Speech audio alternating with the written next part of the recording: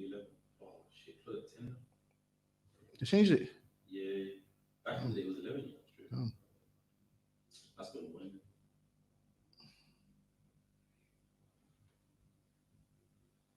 It'll be live now. This live. Oh yeah. So I just put these notes.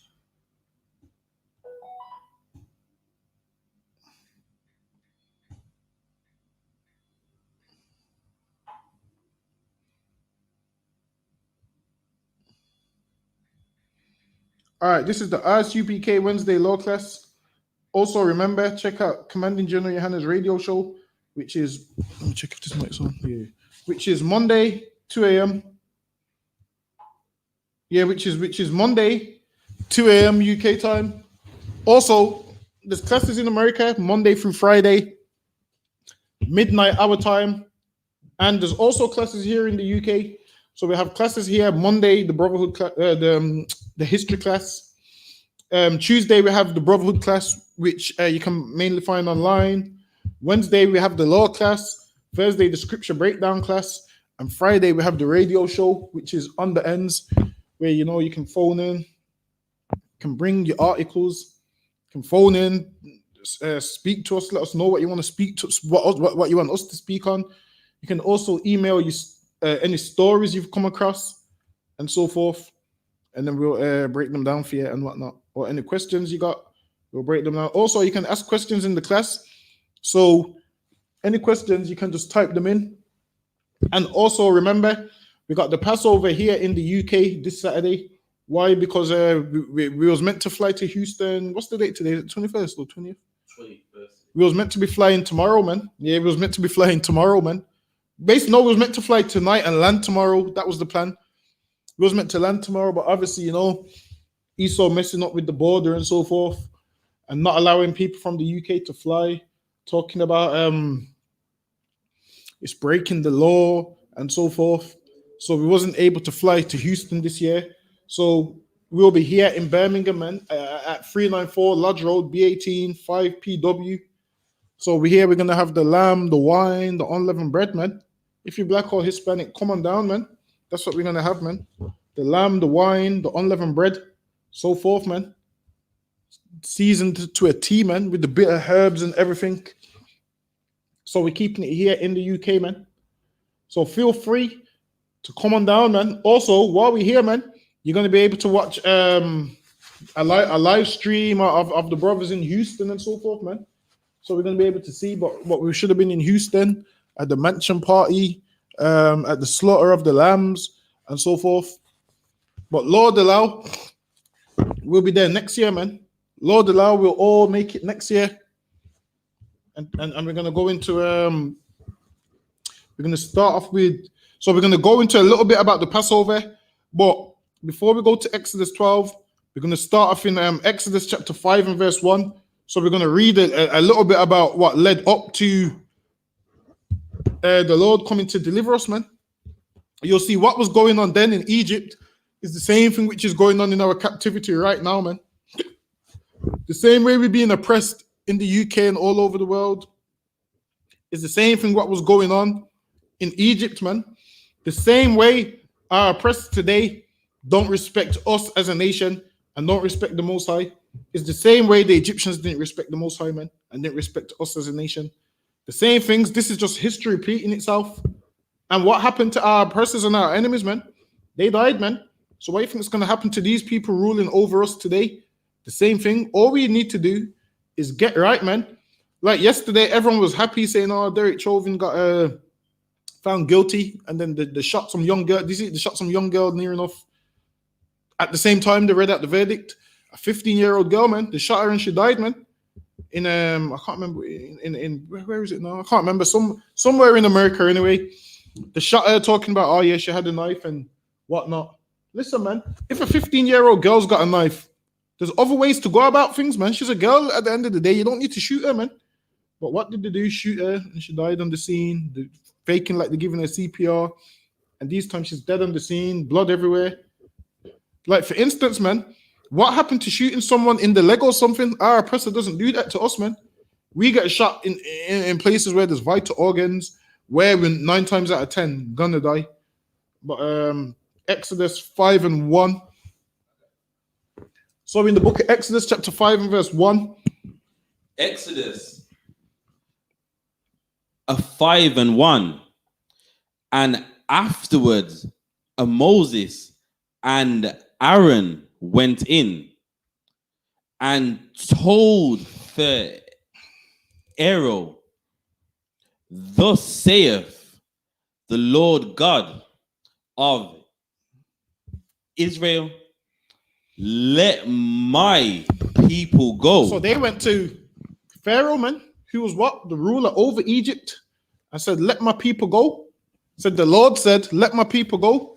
Now, today, that would be the equivalent of going into Boris Johnson, David Cameron, the president, and saying, let my people go. So that's why Moses said, who am I that Pharaoh should listen to me? Why? Because Moses was looking at it like, I'm from a lineage of slaves who's been oppressed, man. Why is this Pharaoh going to listen to me? So he said to the Lord, who am I that Pharaoh should listen to me? And that's why the Lord said, you know what, put your hand inside your jacket and so forth. So why the Lord had to show Moses those signs to let him know, look, man, I'm running things around here. Because Moses was a little, I wouldn't say, Moses was a little weary asking all these questions like, who am I that Pharaoh should listen to me? What if Pharaoh don't listen? What if Pharaoh don't this? So the Lord had to show him signs like, look, man, to let him know who's in charge, to let him know, yo, go into Pharaoh and say these things. So now, when we at camp, we doing the same thing, man. We be in the middle of the place of concourse, man. Speaking to all you rich oppressors, man. All your oppressors that think they run England and so forth. We be there, man. Saying, yo, let black people go, man. Black people, we're not going to be slaves for much longer. We're trying to wake them up and so forth. We're doing the same thing. And those people look at us and be like, you lot could never be the people of God. You lot could never be the children of God. That's how they look at us. Like, you could never be sons of God. Who do you lot think you are? And they look at us and think that. Why? Because they see the condition that we're in. They see the slavery that we're in. They see the oppression we're under. They see how we kill one another. They see how we steal and murder from one another. They see those things. So by them seeing those things, they say, you lot could never be the children of God. So when we're out there, they look at us like, oh, whatever you lot are speaking is never going to happen. And it's not true. So they be like, oh, you got your hopes in something that ain't true. And they also thought the same thing when we was in Egypt, man. And then the Lord showed his face. But we're going to get to that after. Go ahead. And Pharaoh said, who is the Lord that I should obey his voice to let Israel go? And this Pharaoh was proud, man. Same like Esau is today. He said, who is the Lord that I should let Israel go? Meaning, they're behaving like their God, man. And that's what our oppressor does today. Behaves like his God. Behaves like he's in charge of everything. Behaves like he can't be stopped. Behaves like he can't be brought down. That's what Pharaoh thought, man. Why? Because Egypt was what? The number one superpower on the earth at the time. They had whatever you wanted. They had it, man. They had slaves. They had nice everything. They had gold. They had riches. They had everything, man. They had everything. And why we was their slaves and we was the ones who got them rich. The same how we got England rich. The same how we got America rich. The same how we get every country rich, man. Why? Because they work us to death. And this Pharaoh said, who is the Lord that I should let Israel go, man? It's the same thing that your boss says to you when you say, you know, I need time off to go to the Passover, man. You tell him, oh yeah, basically I need to go keep a ceremony to the Lord. Your boss is saying, what ceremony is this? No, I need you to work, man. He ain't letting you go nowhere, man. Same kind of thing. Why? Because they see us as their slaves and we have to beg them. Can we do this? Can we go there? Can we go here? Can we go there? We have to beg them for everything, man. Everything we have to beg them for. The time's coming when we don't need to beg them no more, man. Now they're doing a clean air zone, man. And you pay all that money and it still doesn't make the air clean, man. You pay all that money and the air still don't become clean, man. Whereas what? The Lord gave us what? Things that makes the air clean, like the trees, man. The trees help keep the air clean, man. But what does Esau do? cuts down all the trees, makes the place all concrete, cuts trees down for no reason, and now he's worrying about a clean air zone. Maybe if you left half the trees up, man, the air would be clean. What else makes the air clean? The rain, man. That's why they say you're not supposed to drink rainwater, because rainwater on its way down sucks up all the bacteria in the rain, man, and it cleans off all the bacteria in the air and all the nastiness in the air, man. Gets caught up in the raindrops. The rain keeps the air clean, and this is why if you've ever been outside after it rains, the air smells different, man. Why? Because the air's been cleaned from the rain and whatnot, man. Which is the rain, which is what the Lord gave us, rain for free. But what does Esau do? Charges you money, clean air zone, and that money that he's charging you for you to drive in the clean air zone, he ain't using it to do nothing to make nowhere clean, man. He's just putting it in his pocket. So now, once that clean air zone comes in, the bus drivers have to pay like £50 a day. Well, not the bus driver, but the bus company. To drive in that air zone, they have to pay £50 a day. HGVs, I believe, they have to pay £50 a day, which means what? The price on goods is going to go up. Bus fares is going to go up, and so forth. Less people's going to be driving in town. So eventually, all the shopping's going to be online. So what's going to happen is people's going to stop going to the city centre because they're going to have to pay £8 a day when they could just go to Murray Hill and it's free, or go one stop and it's free, which means shops in town is going to suffer, further putting people outside, putting people out of jobs. Listen, man, Esau's just ruining the earth, and he doesn't think about all of these things until it's too late. Because ain't no one going to be paying £8 just to go town and browse. It ain't worth it, man. But go ahead.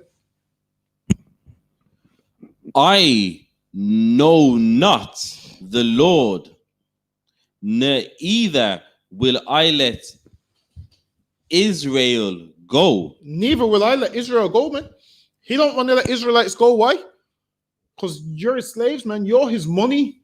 If he lets you go, he stops making money, man. So he needs to keep you. That's why he don't want to let you go. And this is why Esau don't want to let us go, man. Why? Because we're slaves and we're making money. Only once you've made him enough money and you can't make him money no more, he lets you go, man. Like in slavery, man. Once you was old and no use, bones is all old, you can barely walk. After a life of being enslaved, you would have thought they would have at least let you die honorably. They just throw you somewhere in a ditch, man. They just throw you in a ditch so you can starve to death and get eaten by the vultures, man. That's what they used to do in the Caribbean. Just be like, all right, then this man's useless now. Throw you in a ditch. Even though you've gave your whole life to picking cotton, you would have at least thought this man would have said, all right, let him get an honorable burial. They just throw you in the ditch, man. And this is why the Lord has to come and destroy this man that we're under right now for all these things that they've done to us. Like the way they treat God's people, they're going to regret it, man. And guess what? Everything that they're doing to us, they're going to have it 10 times worse, man. Because the Lord said, what? I will give men's lives for you, man. Only if we serve him. So we need to serve the Lord. And every Passover, we closer to being redeemed, man. We closer to seeing the destruction of our enemies. Meanwhile, what we're seeing right now is our destruction. Every time you turn on the news, another one of us. Everywhere you go, another one of us. The time's coming when we're going to stop dying horribly, man. We're going to stop perishing. We're going to what? We're going to sleep with our fathers how it was intended for us to go, man. Whereas black men die so young. We die young. We get murdered. We don't sleep with our fathers, which is what? A nice way to die. Where you're old. Like Prince Philip died a nice way, man. Prince Philip died a nice way. Before he died, he got to call his son Charles and give Charles the rundown of what he wants him to do. Whereas when we die, we can't do none of that, man. We dying from overdoses. We dying from being shot to death. We can't give our children no rundown because we dying horribly, man. Meanwhile, everybody else gets to die peacefully, gets to give their children the rundown of how they want everything run, gets to leave their children a will, gets to leave their children inheritance, and we die dishonorably, man. We die shamefully. The way we die is at our funeral, you can't even open up the coffin, man, the casket. Why? Because our face is damaged from being shot in the face or stab wounds everywhere. They can't even open the casket, man. That's how we die.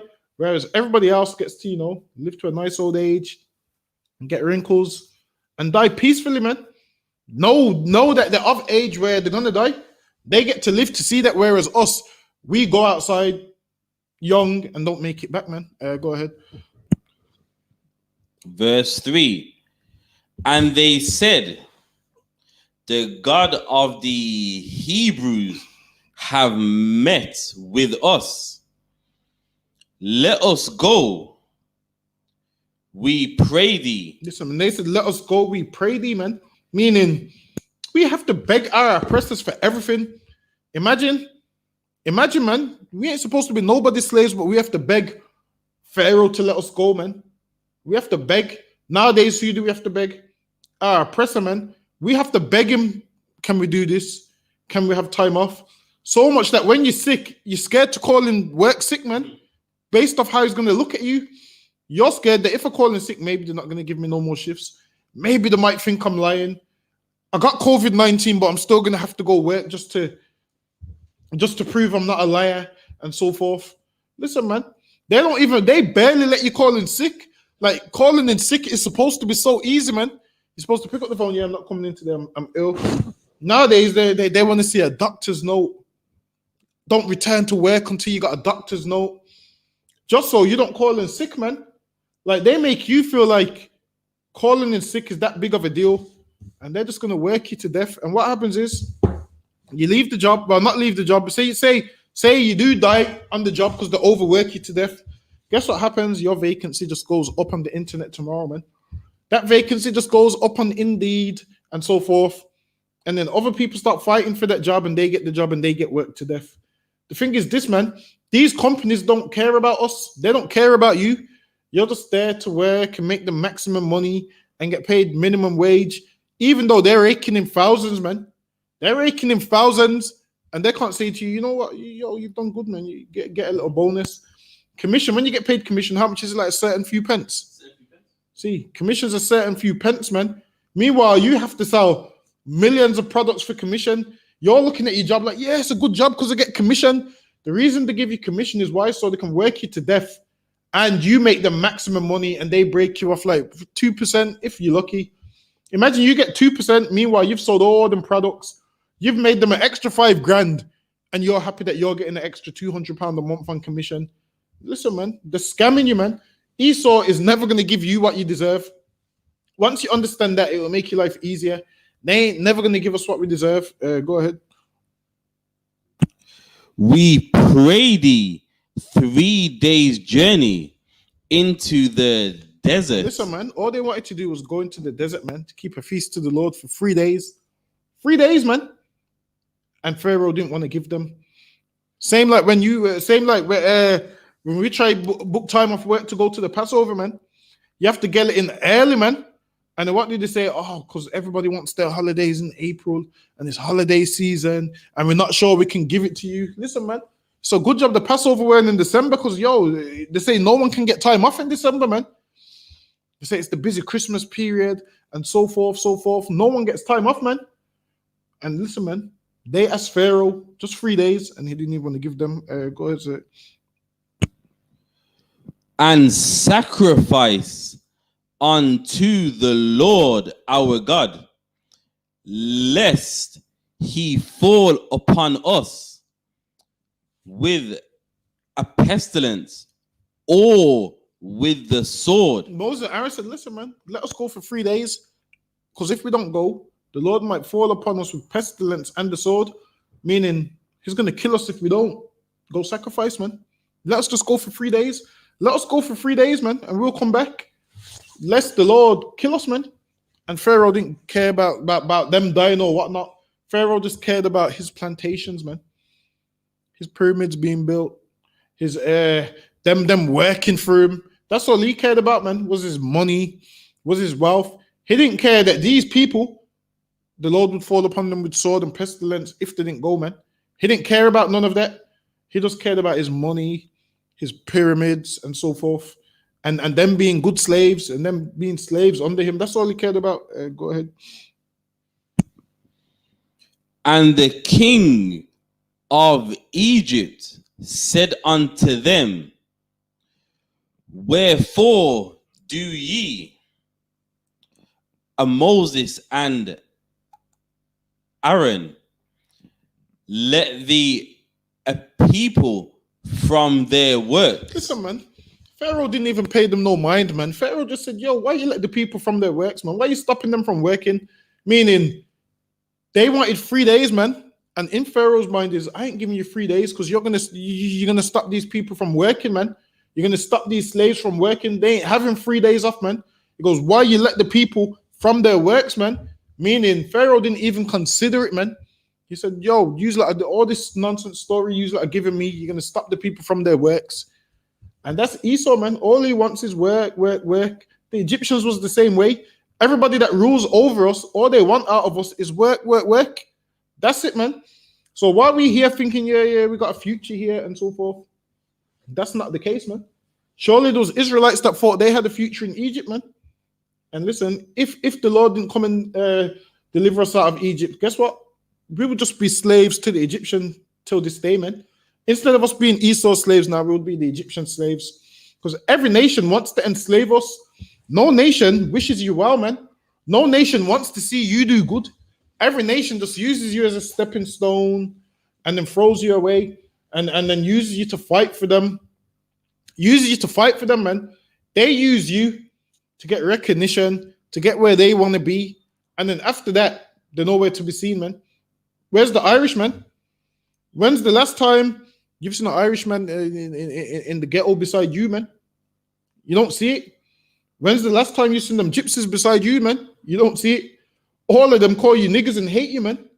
Meanwhile, when they first came, they came lowly, like, oh yeah, because we oppressed like you.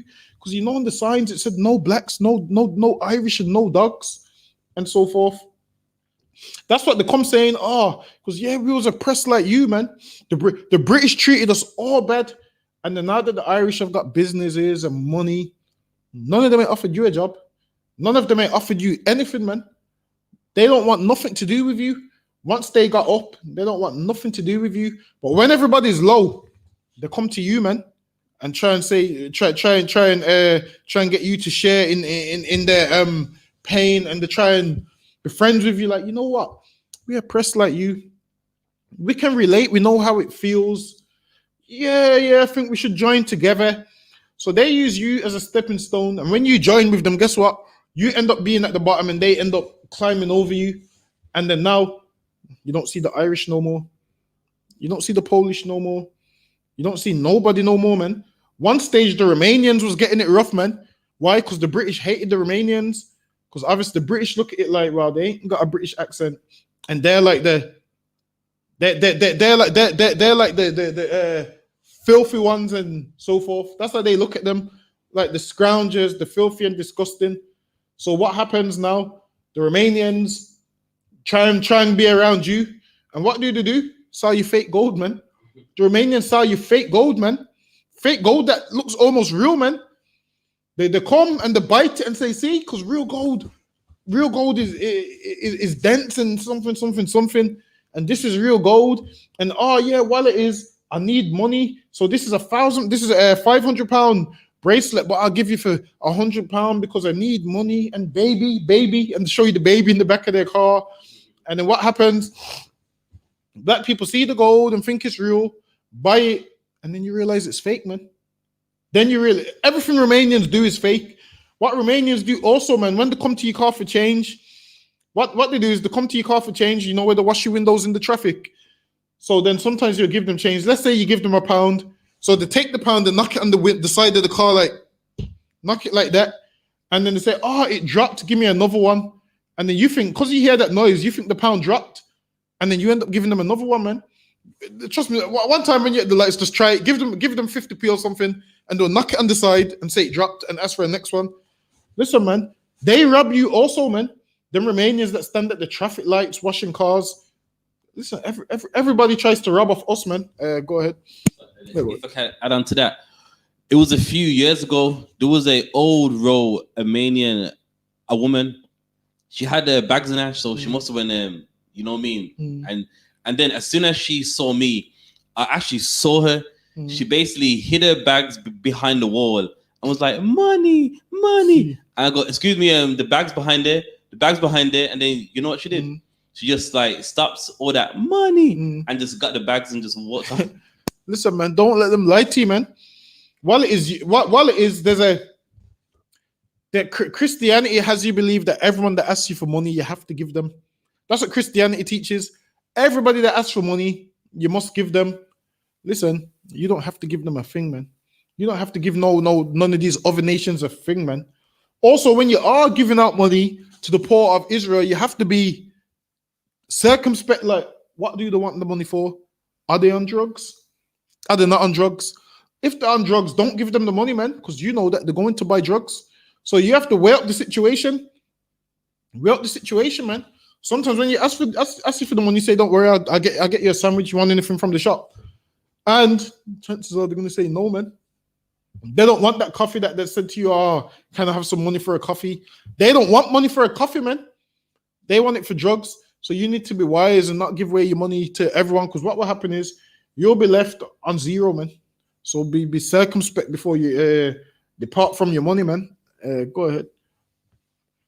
So you have to be circumspect, man. That's a Christian myth that everyone that asks you for money, you have to give.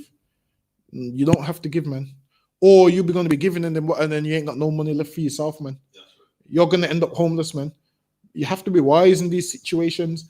People read scriptures and think, "Oh yeah, well, I must give every single thing." The thing is this: people know your good nature, so they're going to ask you and know that you're going to give them everything, man, because they know your good nature. So you're giving away all your money. You have to, assess the situation. Go ahead. What's it called? Is it called?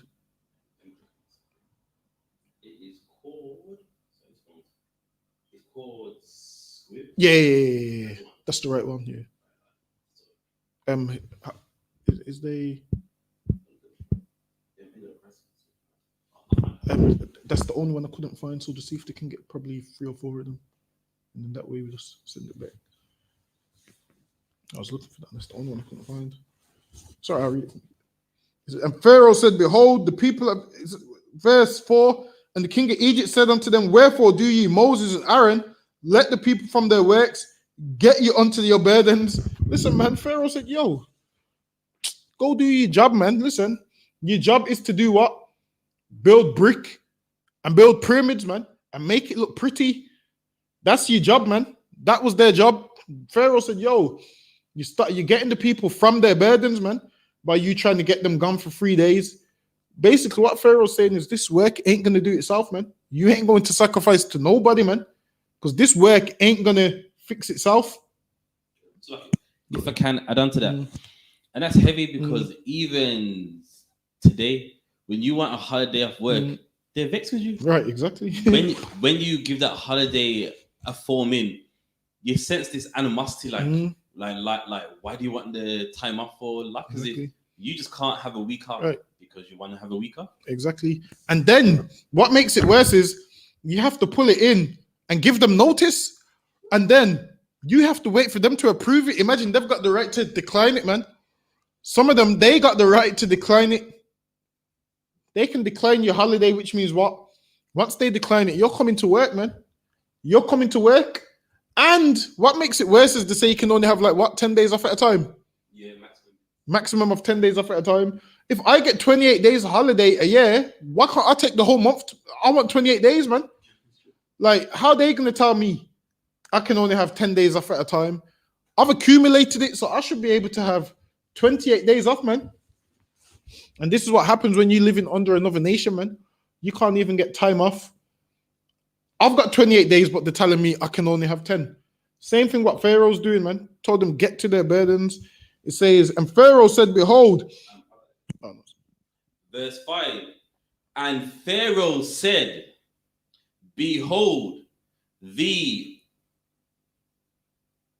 a people of the land now are many, and ye make them rest from their burdens." So then you're making them rest from their burdens, meaning, man, this is their slavery, man.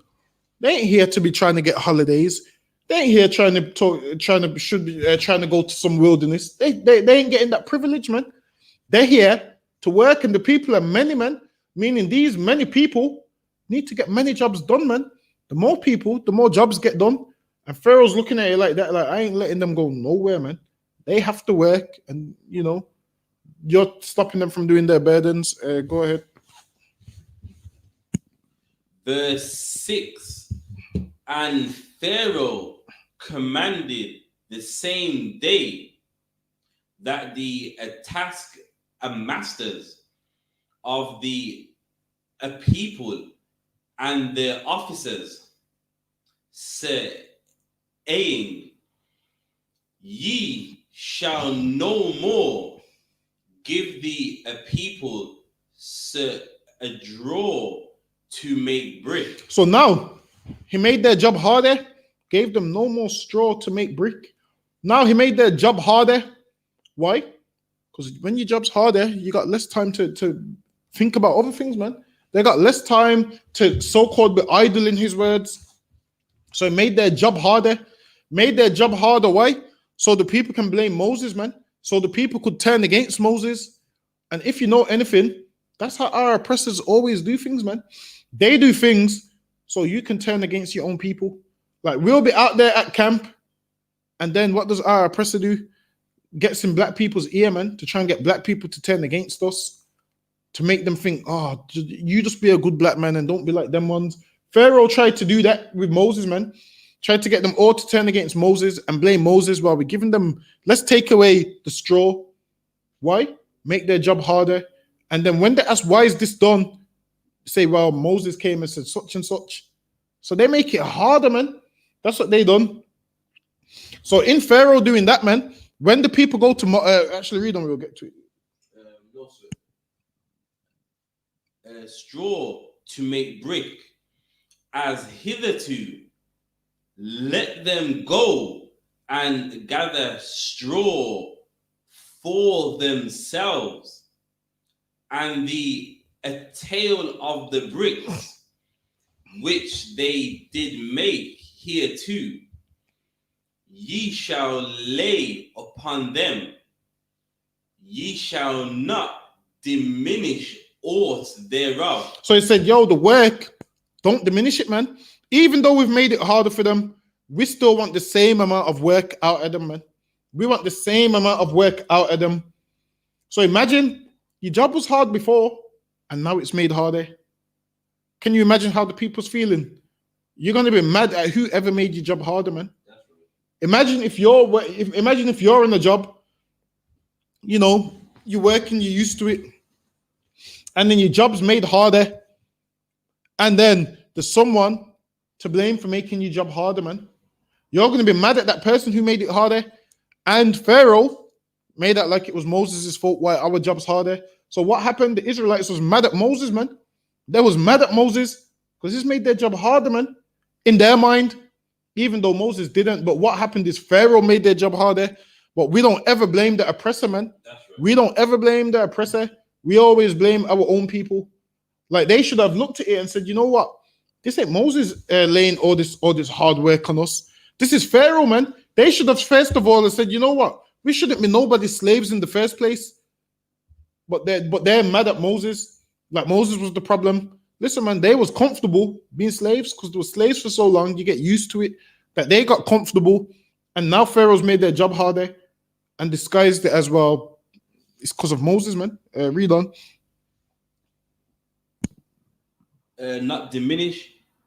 Yet for they be idle, therefore they cry. Meaning they be idle, meaning what? Well, you're not working hard enough, man. They ain't working hard enough. So let's give them more work, man. The idle, meaning they've got time to think about other things. They've got time to focus, do other things. So let's lay more work upon them, man. Let's give them more work. So they've got less time to focus on their God, man. So they got less time to focus on finding a way out of slavery. So they got less way to focus on that the slaves, man. So what Pharaoh wanted your whole life to be, you just work for him, well, slave for him, go sleep, come back and slave tomorrow. Meaning, if you had time off work, guess what? You could come out to them I.S.U.P.K camps and classes, man. You could come out, see the camps, the classes and so forth. Listen, man, your oppressor rather give you so much hours so that you can't see us in the city center, man. So that you can't log into these classes, so that you can't be so-called in his mind idle, so that you can't be idle, man. He'd rather keep you busy. He'd rather keep us busy because he knows once we all wake up, man, his time's over. Our oppressor knows that, man. Once we all wake up, his time's over, man. So he would rather allow us not to have time to surf the internet and come across the I.S.U.P.K video. He would rather you just, work all day, go home, sleep, go back to work tomorrow. Go ahead. If I can add on to that. Years ago, I was doing an apprenticeship. I was doing construction in winter. It was snowing as well. And with the site manager, all I said was it was cold. And he said that you're cold because you're not working hard enough. Damn. It's like, you know what I mean? If you use the manual hand saw instead of using the electric one, it would warm you up. Like saying some very rude stuff. Damn. And that's Esau for you, man. Imagine that it's cold and he's saying, "Oh, well, work harder." Listen, man, they're inhumane, man. But the thing is, this we're gonna be able to say the same thing to them, man. When we rule, they're gonna say it's too hot, man. They'll say, "Don't worry, man. Keep working. You cool off, man." We can say that to them because everyone does that to us, man. Treats us like we're not human and so forth. Treats us like, okay, no matter that you're cold, just keep working. Just keep working and you'll warm up. That's how they treat us. Go ahead. Therefore they cry, saying, "Let us go and sacrifice to our God." And Pharaoh's mocking them and saying, "Oh, the idol man," saying, "Therefore let us go and sacrifice to our God." Pharaoh's almost being sarcastic, man, saying, "Yo, give them more work, man, about the one to go sacrifice." Pharaoh ain't gonna let up, man, because you've got work to do. You've got pyramids to build. You've got other jobs to do for him. Whatever he wants done, it's your job to do it. Because we're their slaves, man. Meanwhile, the Egyptians was living stress-free, doing whatever they want, man, without a care in the world. No one's harming them. No one's bothering them. They're allowing you to do all the work. Like today, man, the company that you work for, you're the slave. Imagine the job that you do. You've been working there years. Listen.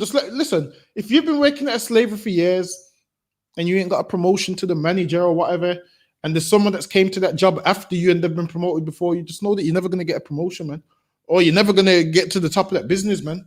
That's how they usually do it. Like if there's a job and there's a manager's position, and they start putting managers' jobs up on the internet, and they don't come to you and ask you if you want that position, just know you're never going to be the manager, man.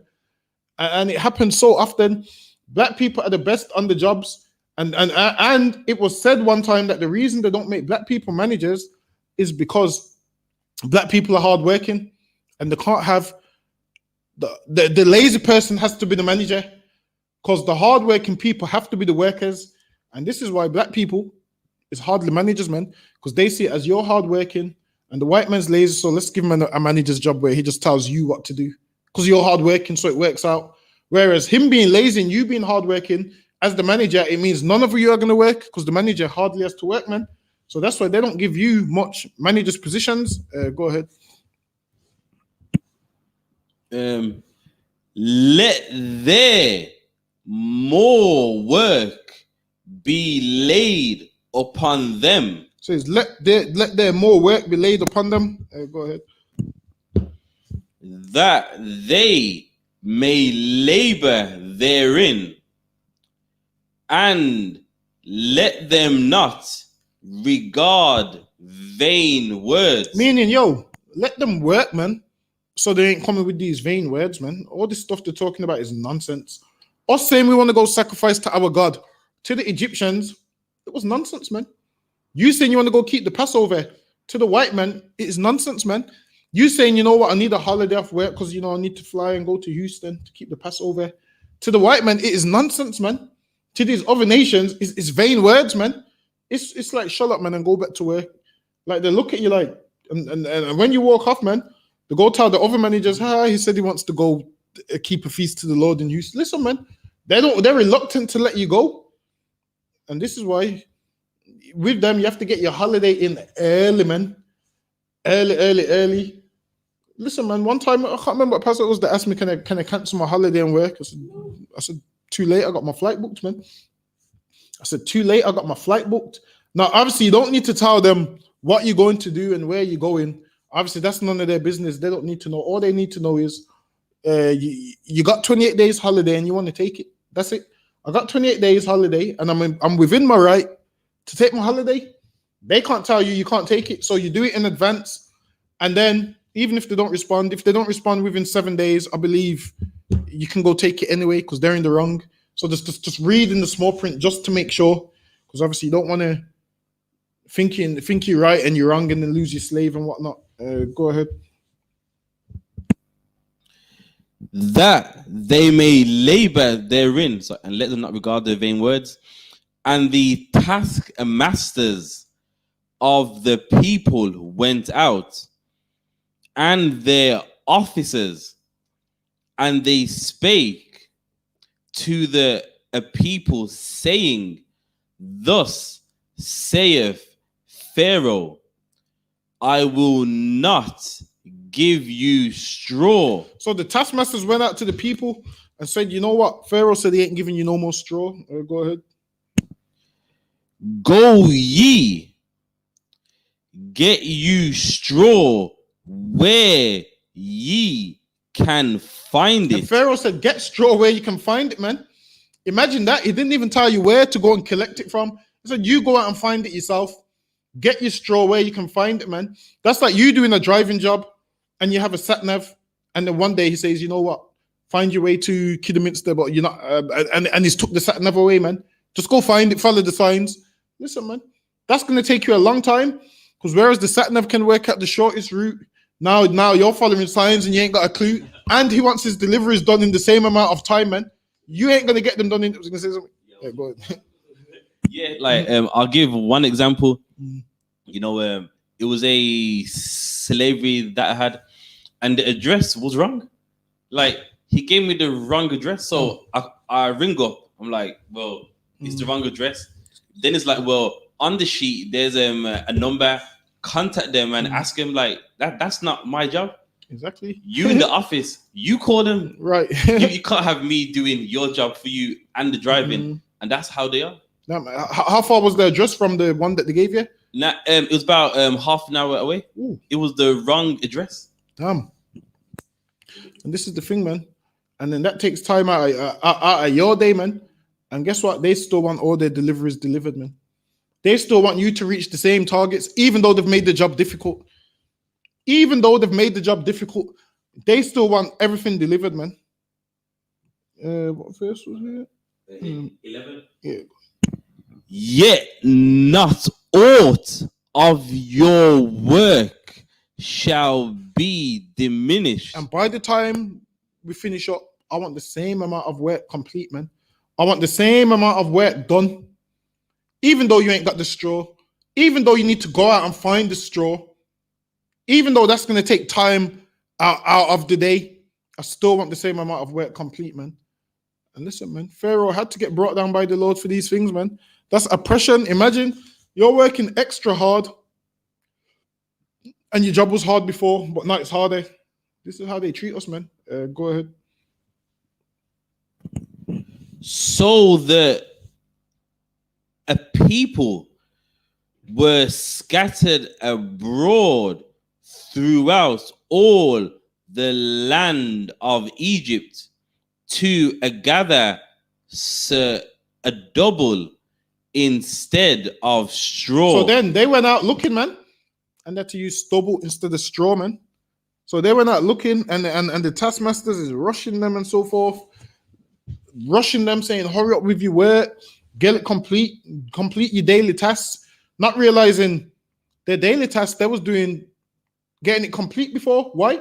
Because they had all the instruments that they needed to make what they was making. Now they've took some of those things away, which is going to make it harder, man. It's like a man doing deliveries on a motorbike, and you take the motorbike and give him a pedal bike, man. You can't expect him to cover the same amount of distance on a pedal bike. And that's what Pharaoh basically done, man. Made your job harder like that. Go ahead.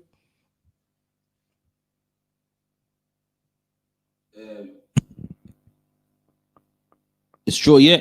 And the taskmasters hasted them, saying, fulfill your works, your daily tasks, as when there was straw.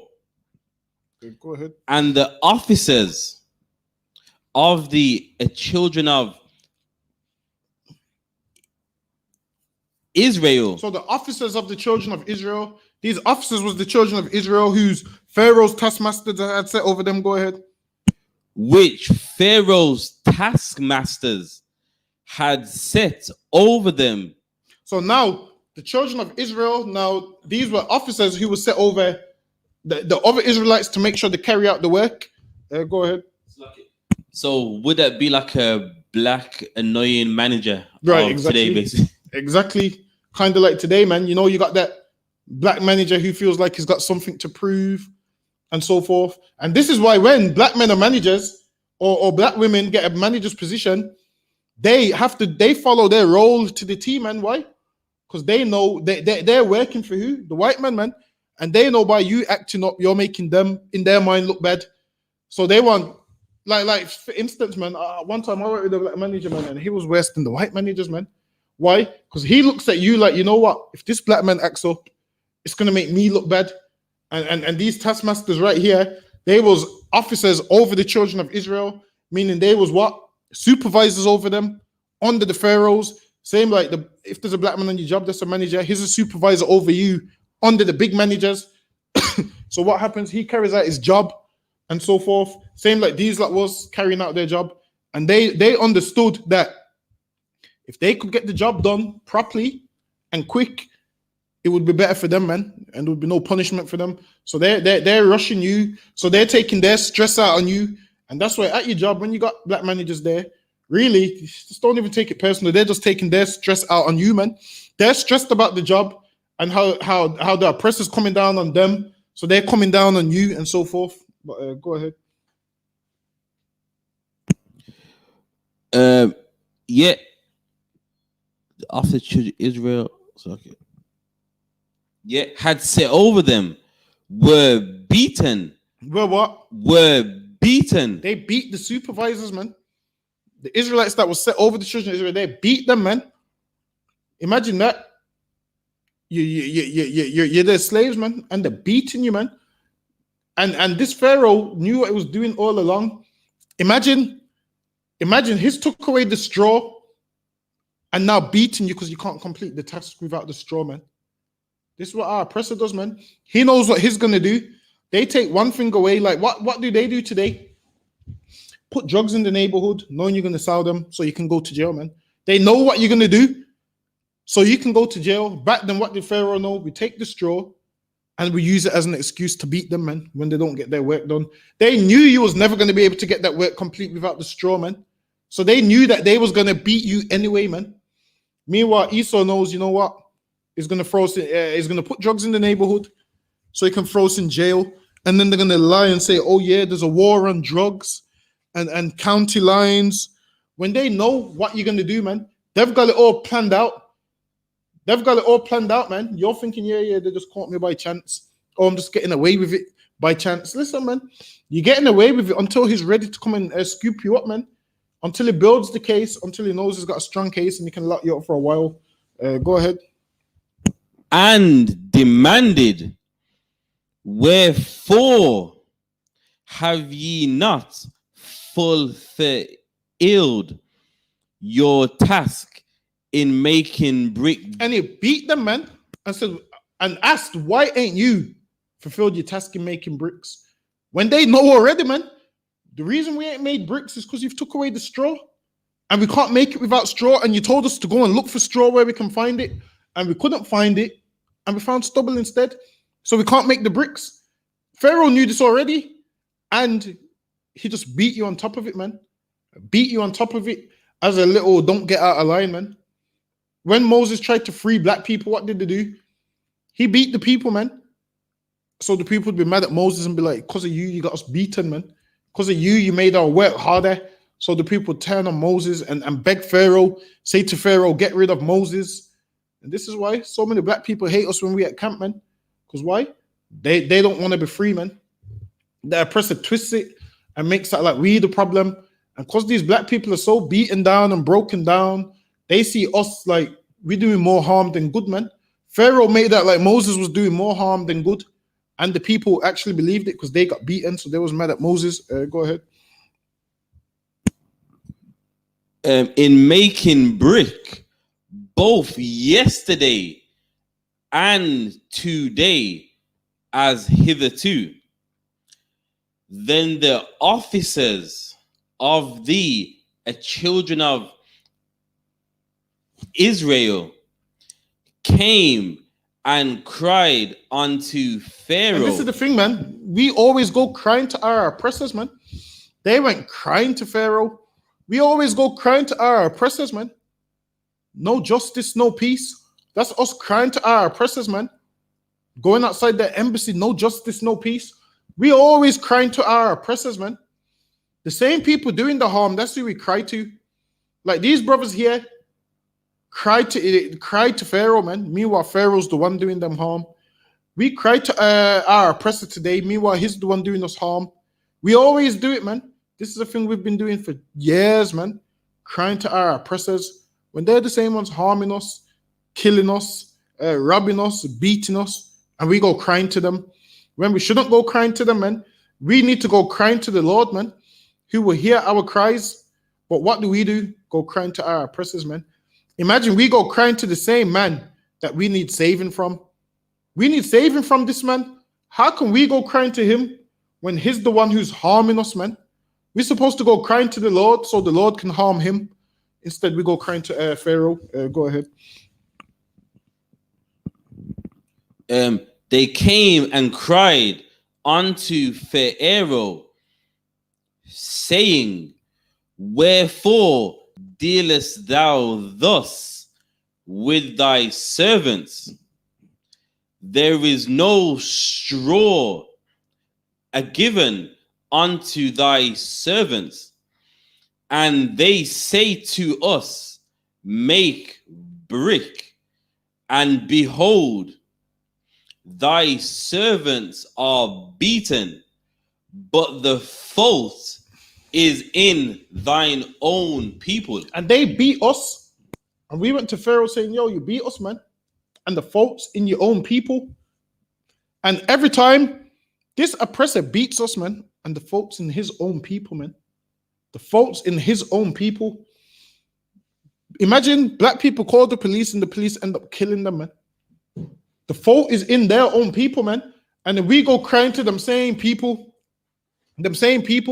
We need to stop crying to them, man. Because all they do is harm us and beat us and murder us and kill us, man. Let me read on. But he said, ye are idle. Ye are idle. Therefore ye say, let us go and do sacrifice to the Lord. Go therefore now and work, for there shall no straw be given you. And Pharaoh's running his mouth right here, man. Pharaoh's running his mouth about there no straw shall be given you. And imagine this man is the king of Egypt, man, that had tons of iron chariots and so forth. This man had a military, and we knew, well, there's nothing we can do, man. And guess what?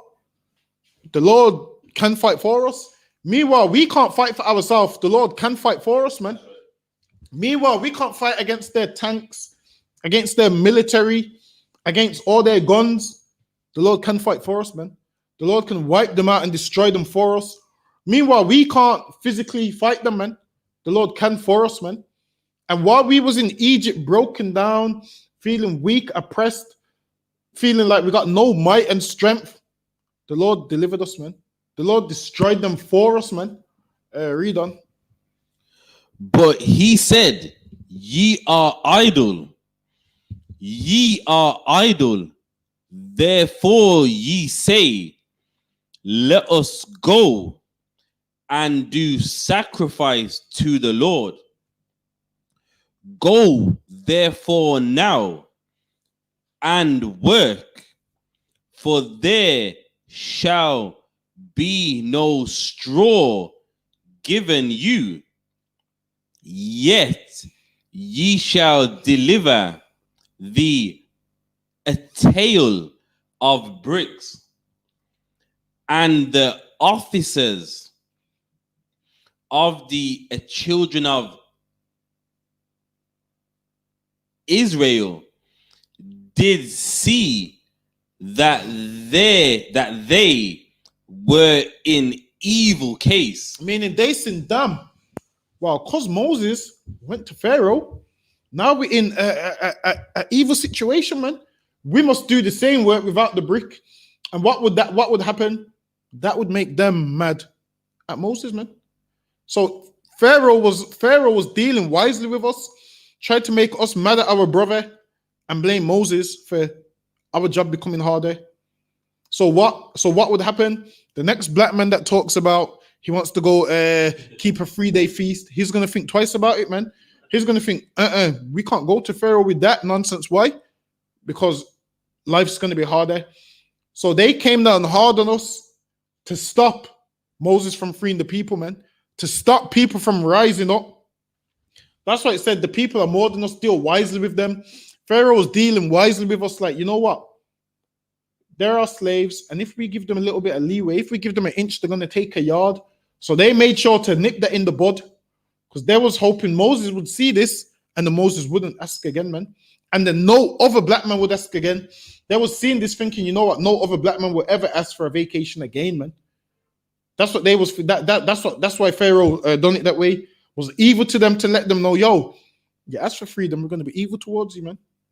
It's like on your job, if a black man says, you know what, I'm going on strike, and they fire him, the next black man ain't going to say he's going on strike, man. He's going to say, I'm not saying that because he got exactly. He's going to go work, man. He's going to go work without the straw, man. He's going to do extra work, and he's going to say, I ain't going on strike because I saw what happened to such and such that tried to do a strike. And then he's going to think twice about it, man.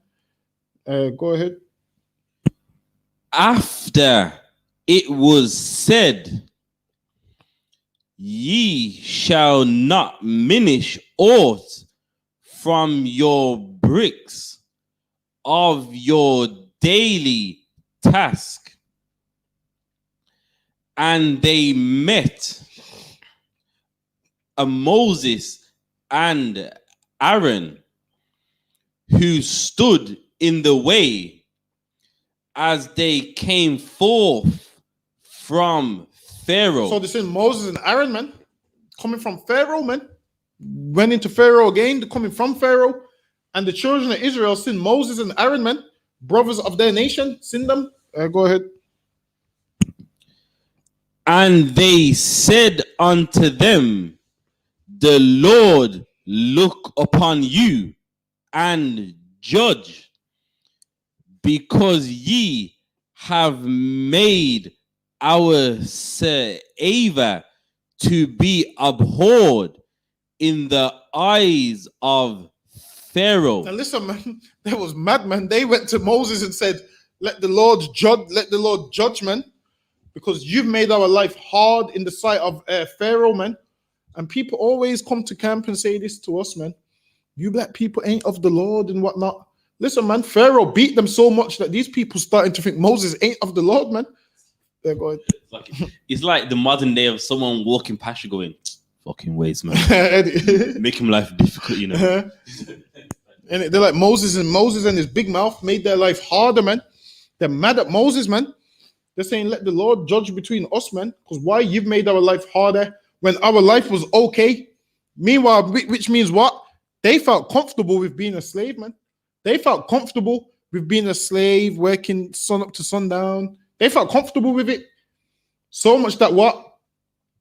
Moses tried to free them and Pharaoh made it harder, and they looked at it like, they didn't look at it like, you know what, maybe we should all throw these bricks down and say we ain't working no more, man. They didn't think of it like that. They sat there, took the beatings and so forth, and was mad at Moses. Meanwhile, Moses ain't the one who took the brick away. Moses didn't have the power to give them bricks or take away, well, give them straw or take away straw. The Egyptians did. You should be mad at the Egyptians, man, because they're the ones in control, man. They're the ones that was in control of whether you had the straw or didn't have the straw. Moses ain't the one who beat you. It's the Egyptians, man. Be mad at the Egyptians, man. Like, you're being mad at Moses when they should have been mad at the Egyptians, man. The Egyptians is the ones that came up with the plan to beat them, came up with the plan to take away the straw. And the same thing happened in slavery, man. What the white man done in slavery? What he done was a slave would run away. So that slave that ran away, what would he do? Beat all the slaves that didn't run away, man. Beat all the slaves that didn't run away. The slaves that stayed, he would beat them, man. And and he would beat them. Why? Because one slave ran away. And then what would that make what would that make the slaves think? Well, we better not run away. Or the slaves would end up being mad at the brother that did run away, man. Imagine one slave rebels, they would come burn down your plantation and beat you, man. No, I mean not your plantation, they'll come burn down the houses where you're staying at, man. Them wooden huts that you're staying in. They'll burn them down and beat you. And then who would you be mad at? You wouldn't be mad at the oppressor that burnt it down and beat you. But you would be mad at the brother that ran away, man. Why? Because he got you beaten in your mind. In your mind, you would say he got me beaten because he ran away. The thing is this, he's running away because he sees that he shouldn't be nobody's slave, man. And the slave master would beat you to make you mad at your brother. When really, you're supposed to look deeper and be like, you know what? This white man's the problem, man. That's right. My brother didn't beat me. This white man's beating me. Meanwhile, you're meant to look at it like this white man has the power to beat me and not beat me, and he's decided to beat me. You should be mad at him, man. Don't be mad at the brother that tried to run for freedom. But they do that. So you be mad at the brother who runs for freedom, man. And then what happens? Whenever a brother's going to run away, you would go report it to Massa, man. Oh, yeah, he's got a plan to run away tomorrow. You would go report it. Why? Because you don't want to get beaten. And you want to be looked at as a good slave. And that's how they made black people become good slaves, man. By getting you to tell on what? Other slaves, man. By you being a goody two-shoes at your job, man. Telling off black people, man. Whereas sometimes, man, you see something at your job, you turn a blind eye to it, man. You ain't got to go all out, man. Going overboard. Sometimes you just turn a blind eye to it, man. But they done the same thing in slavery in the Caribbean. A slave would run away, they would come beat the slaves that didn't run away. And then you're thinking, but I'm a good slave. And then you're thinking, see, it's his fault, man. If he didn't run away, I wouldn't get beaten. Meanwhile, this man has the power to not beat you, but decides to beat you, man. Be mad at him. He's the problem, not your brother, man. But they make us mad at the brother when really it's not his fault. Go ahead. And in the eyes of his servants, to put a sword in their hand to slay us. And they were so scared, man. They said, Moses, man, if you keep speaking out, you're going to put a sword in Pharaoh's hand to slay us, man. Meaning these black people would rather be slaves, man. Same like today. They say to us, you can't say them things. The white man will come lock you up. He will come lock all of us up. So they're afraid, man. What we saying, they're scared for their life, man. Same like in Egypt, they was afraid for their life, man. They were saying to Moses, you know what, just leave it, man. We'll just be slaves. Let's just be their bondmen. Don't say too much because you're going to put a sword in their hand for them to slay us. Go ahead. And Moses returned unto the Lord and said, Lord, wherefore hast thou so evil entreated this people? So Moses was thinking, okay, yeah, I'm going to go into Pharaoh, say, let my people go, and that will be it.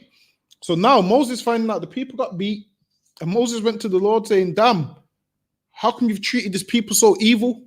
Because now Moses was what? The spokesman for Israel. It was Moses and Aaron. So Moses was like what? The top man. So they're coming to Moses saying, because of you, we've been beaten, man. Now, if that happened today, you put some people in Moses' position today, they would leave the truth, man. They'll say, I don't want to do this work no more. They'll be like, I don't want to do this work no more, man. Moses had to continue doing that work, man. Even though his own people was mad at him, even though his own people was fighting against him, even though his own people was mad at him, looking at Moses like he ain't a man of God, and like you've just made our life harder. Moses still done the work. Chapter 6 and verse 1.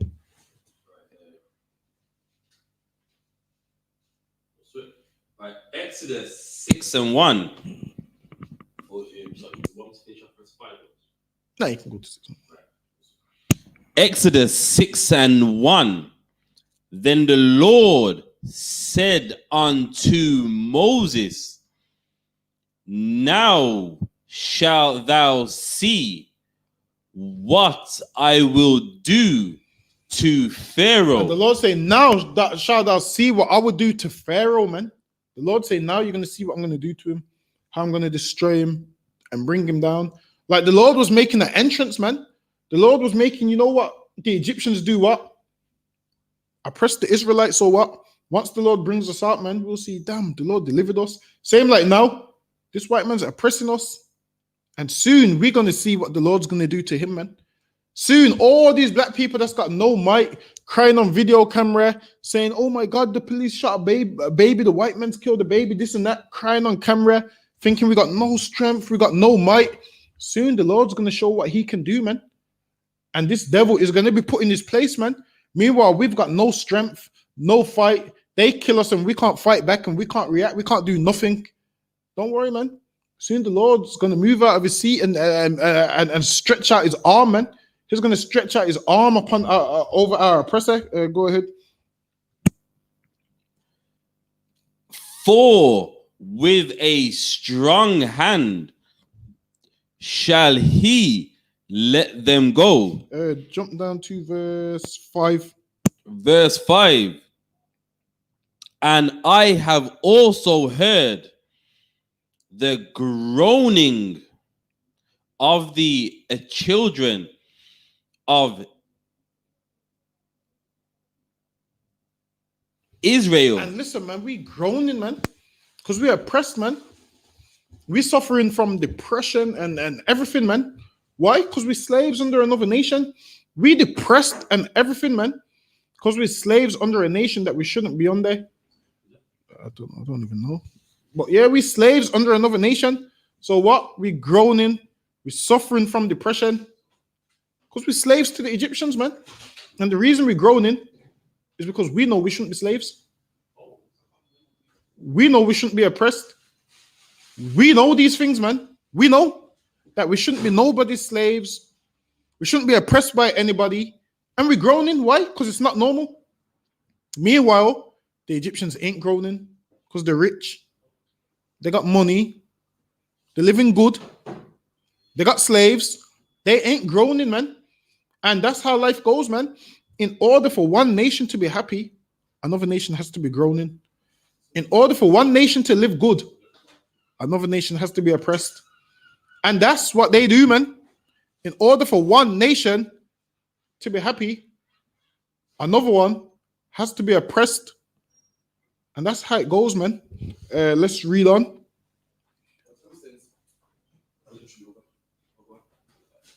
Tell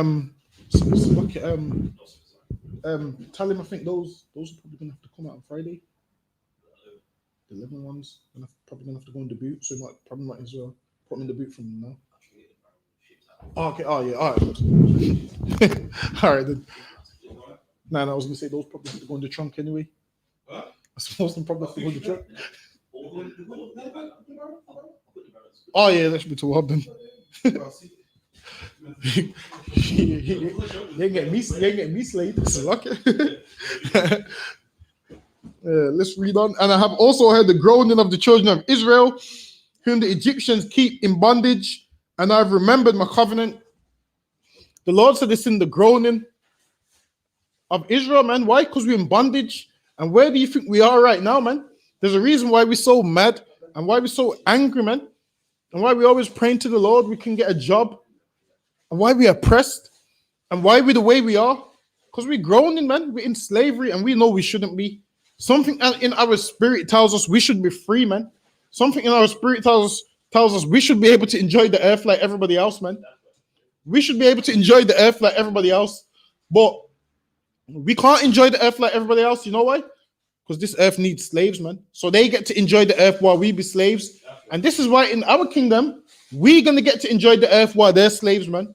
While they're groaning because of bondage, man. The tables is going to turn. The time's coming when we're going to get to enjoy the earth, man. Let's read on. Wherefore say unto the children of Israel, I am the Lord, and I will bring you out from under the burdens of the Egyptians, and I will rid you out of their bondage, and I'll redeem you with a stretched out arm and with great judgments. The Lord said he's going to bring us out with a stretched forth arm, man. I will take you to me for people, and I will be to you a God, and you shall know that I am the Lord your God, which bringeth you out from under the burdens of the Egyptians. Verse 8. Actually, you can actually read the last verse 9, then we can jump to Exodus Verse 12. 9. Verse 9. And Moses spake so unto the children of Israel, but they hearkened not. Meaning they listened not, man, because they was too busy oppressed. Like telling black people, you know what, there's a kingdom for you, man. They don't want to hear it, man, because they're so far gone. They don't believe that, man. They're so oppressed. They don't believe there's anything good for them but slavery. They don't see no other way out but being a slave, man. Black people don't see no other way out other than being a slave, other than picking cotton. So you tell them, listen, man, serve God, there's a kingdom for you. They don't want to hear that, man. That's not what they want to hear. They don't want to hear that. They want to hear, you know what? We're just going to do our burdens and work for Pharaoh because this is all we've been born to do. We've been born to be at the bottom of the earth and be a good slave. When you've been born to be more than that, man. But they just think that's all they've been born to do. Go ahead.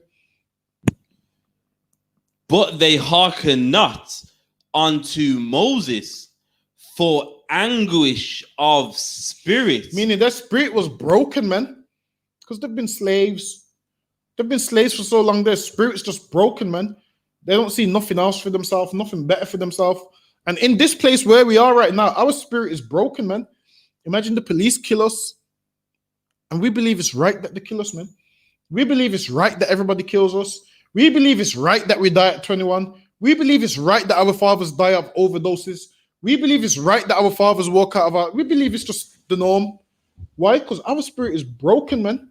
And when people tell us, you know what, God's chosen people, God loves you, the children of Israel, we get mad and want to fight them, man.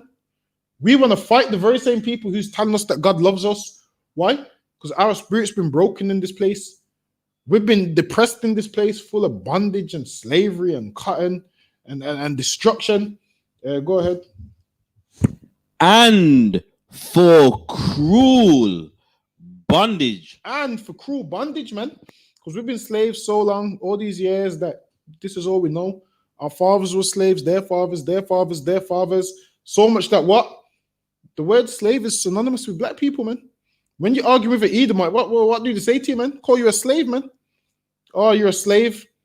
That's what they call you, man. Because being a slave is synonymous with black people, man.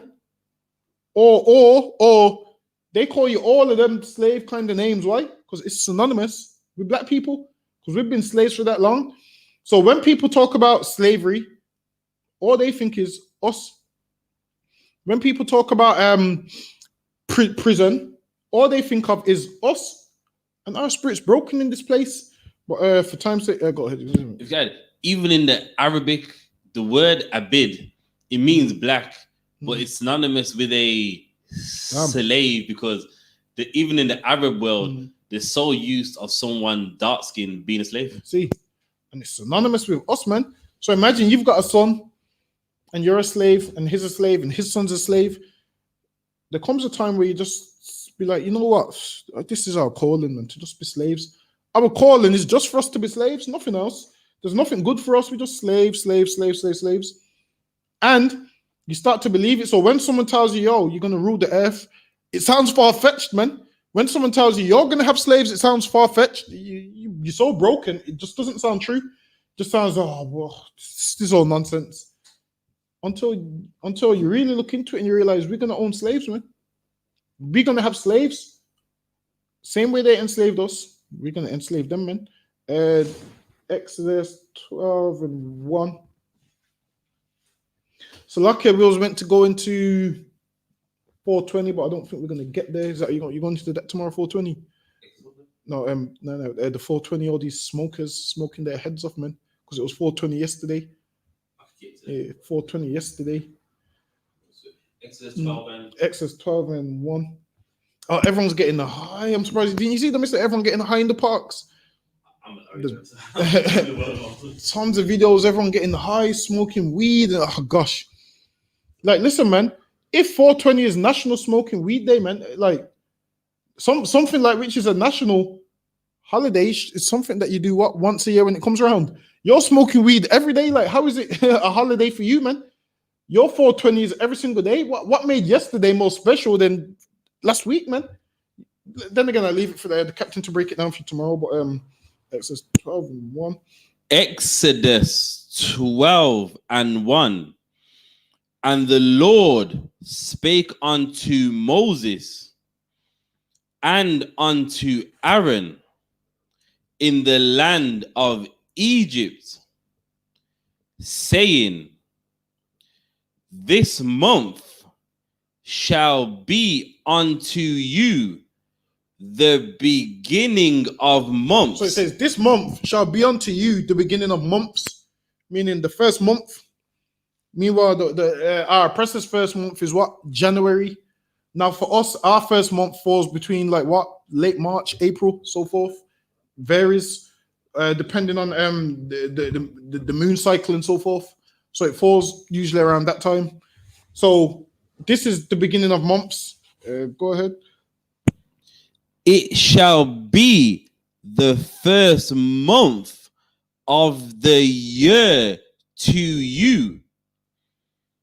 Speak ye unto all the congregation of Israel, saying, in the 10th day of this month, they shall take them every man a lamb, according to the house of their fathers, a lamb for an house. So you take a lamb for a house.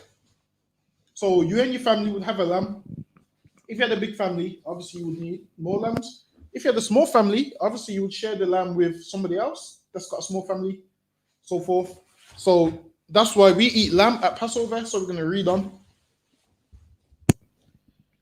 And if the household be too little for the lamb, let him and his neighbor next unto his house take it according to the number of souls, every man according to his eating shall make your count for the lamb.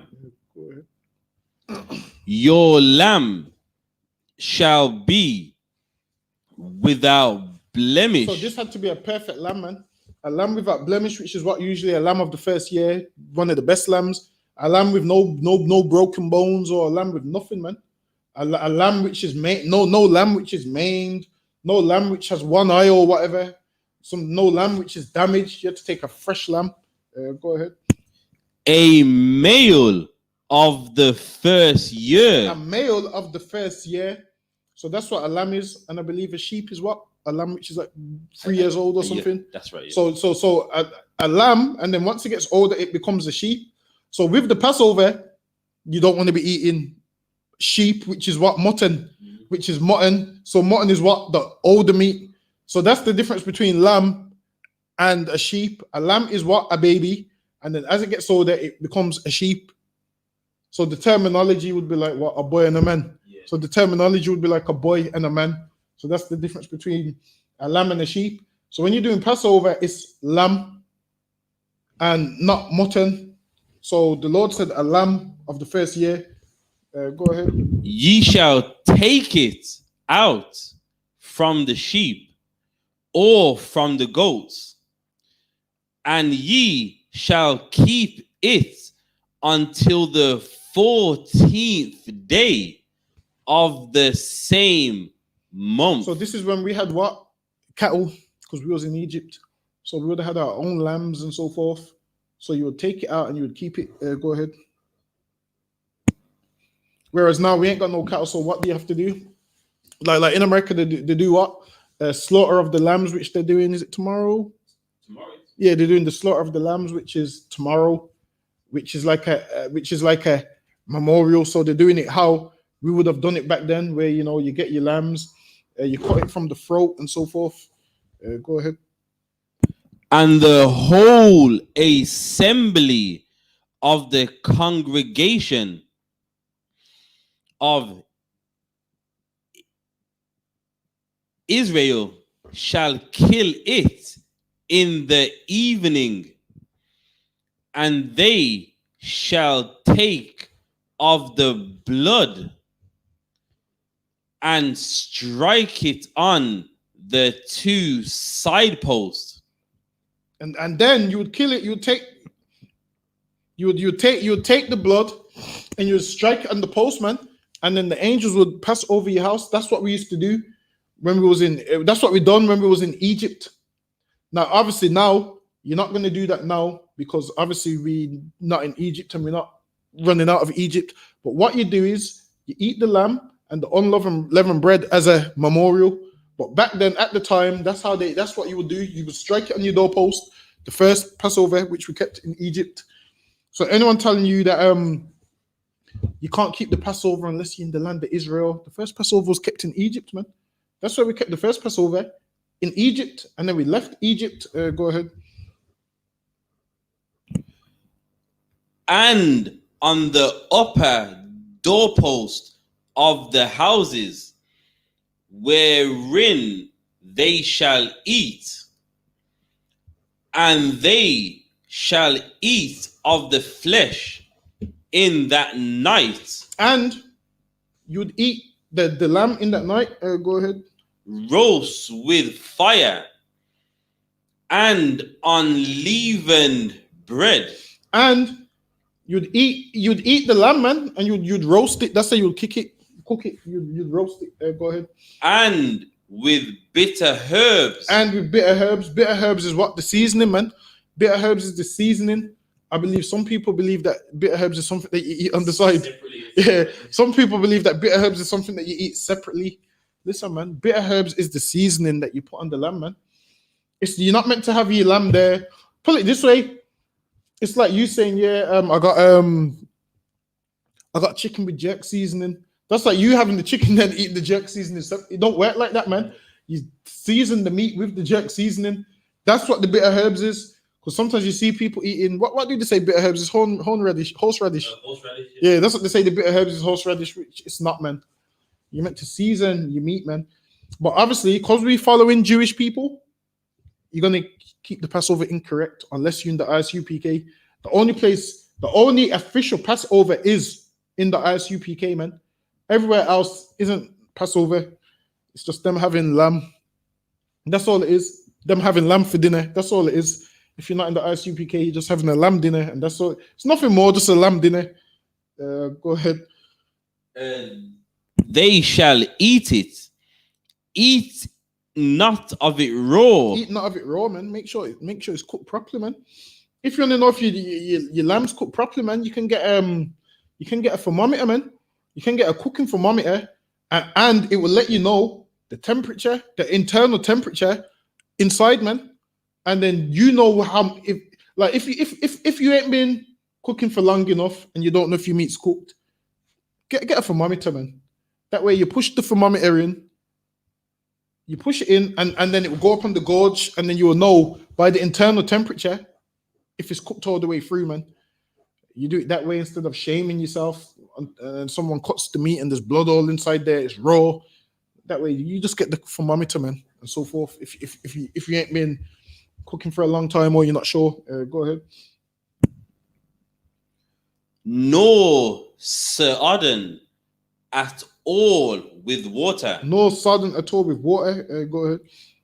But roast with fire his head with his legs and with the pertinence thereof. So now you roast the whole lamb, man. If you got a whole lamb, you roast the whole lamb. You cook everything, every part of it. Go ahead. And ye shall let nothing of it remain until the morning. So now this is when it was in Egypt. You'd let nothing of it remain until the morning. So then you would eat it in that night. Go ahead. And that which remaineth of it until the morning ye shall burn with fire. Now, this was when we was in Egypt, so you would have to eat it that same night. Whereas now, obviously, you can take some home and eat some. Why? Because we're not leaving Egypt, but we're doing it as a memorial. So this was when we was direct in Egypt, where you would have to burn whatever remained. Go ahead. And thus shall ye eat with your loins girded. So these men ate it with their girdle on their loins girded. Go ahead. And your shoes on your feet. And they what? Was ready, man. Why? Because the Lord, after that Passover, they was getting ready to leave Egypt. So they had to be ready, man. They had to eat in haste with their shoes on. But when you got your shoes on, you're ready to go somewhere, you're ready to leave or go wherever you're going. So they had their shoes on and their loins girded because they're ready to up and roll out of that place in a hurry. Go ahead. And your staff in your hand. And then their staff, which is like a wooden stick, they had that in their hand. So they ate it with their staff and ate it in haste. Why? Because the Lord's getting ready to destroy the Egypt and the Egyptians, and they're getting ready to roll out of there. So they had to be prepared. So they didn't have no time to sit down and, eat all comfortably and sit down and watch the football and eat slow with a knife and fork with their shoes off and their feet up. They didn't have time for none of that, man, because they was getting ready to roll out of Egypt. Go ahead. For I will pass through the land of Egypt this night. And a people that had no might and couldn't fight, the Lord said he's going to pass through Egypt that night, man. The Lord said, I'm going to pass through Egypt and I'll fight for you, man.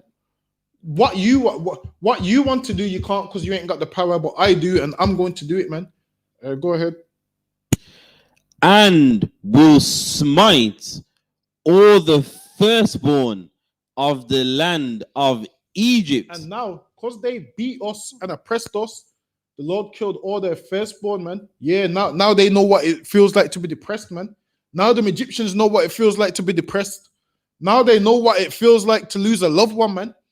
Now they know what it feels like to see your firstborn child dead, man. Now they know. Whereas before this, only we know what that feels like, man. To see your children dead, only we know what that feels like. To see your children sold to another plantation, only we know what that feels like, man.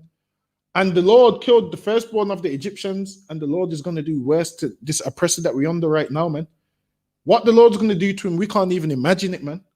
Based off what he's done to us, it's going to be worse for him. Go ahead. Both man and beast. The Lord killed their animals also, man. Man and beast, man. The Lord killed their animals also, the firstborn of their animals. So if they're the firstborn, sheep, cow, lamb, would all drop dead.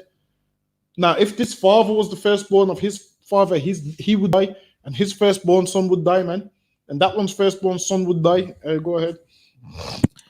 And against all the gods of Egypt, I will execute judgment.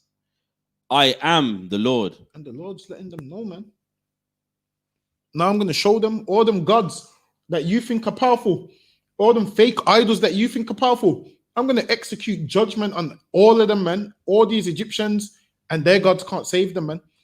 They're gods that what? They're gods that they've got you afraid of. I'm going to show you that they ain't real, man.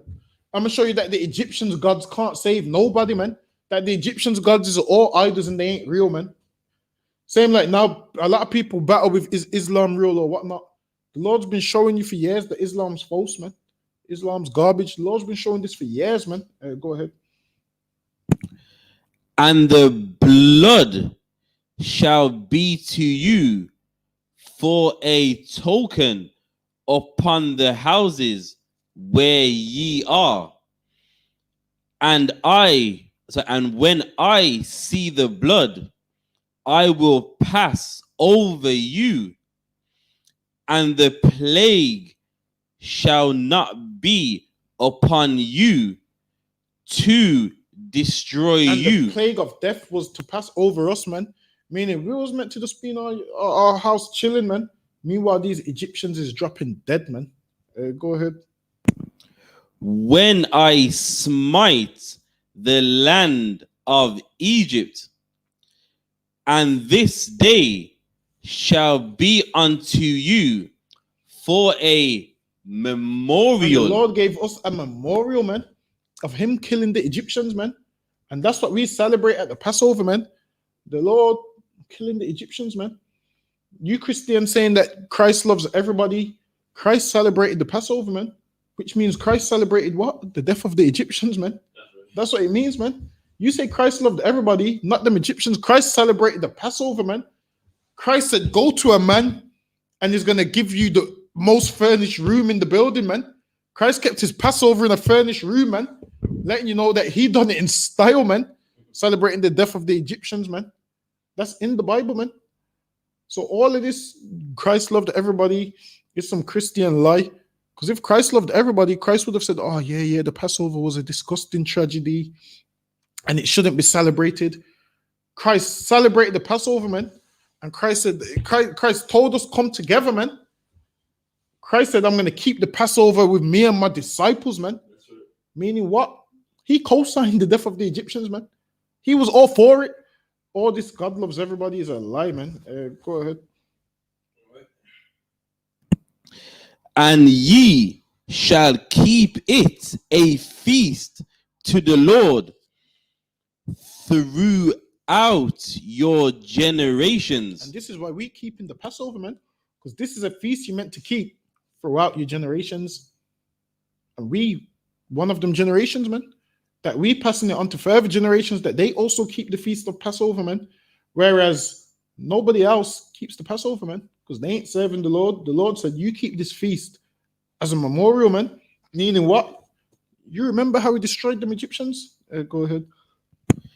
Ye shall keep it a feast by an ordinance forever. For how long? Forever. For how long? Forever. The Lord said, we keep this as a feast, as an ordinance forever, man. We're going to forever remember the Lord destroying them Egyptians, man. We're going to forever remember the Lord killing their firstborn and drowning them in the Red Sea. We're going to forever remember that, man. And that's why we have a memorial, so we can remember it and never forget, man. We should never forget the power of the Lord and how the Lord destroyed them Egyptians to do what? Save blacks and Hispanics, man, from the clutches of Egyptians. Go ahead. Look. 7 days shall ye eat unleavened bread. And 7 days shall you eat unleavened bread. Now, unleavened bread is what? Bread with no yeast, no raisin agents, no baking soda, no baking powder, no bicarbonate soda, anything that makes anything rise. So you need to take everything leaven out of your house, man.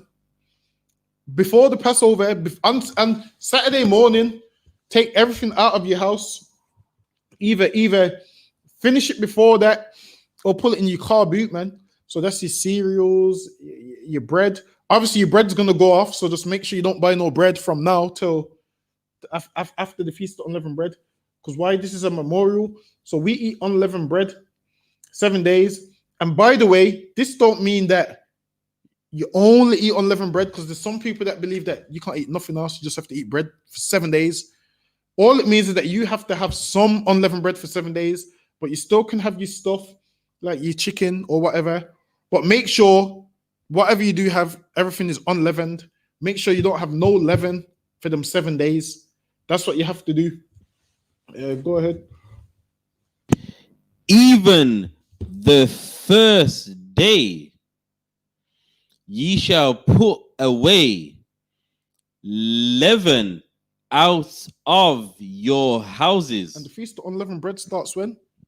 The day after Passover, man. So you put the leaven out of your house before you come to the Passover, man. Put the leaven out of your house, meaning you pull it all in a box or whatever and put it in your car boot, man. Check your cereals as well. Because I believe the ones you can eat is honey nut Cheerios, There's not really a lot that you can have, but check the ingredients and then put them all in the boot, man.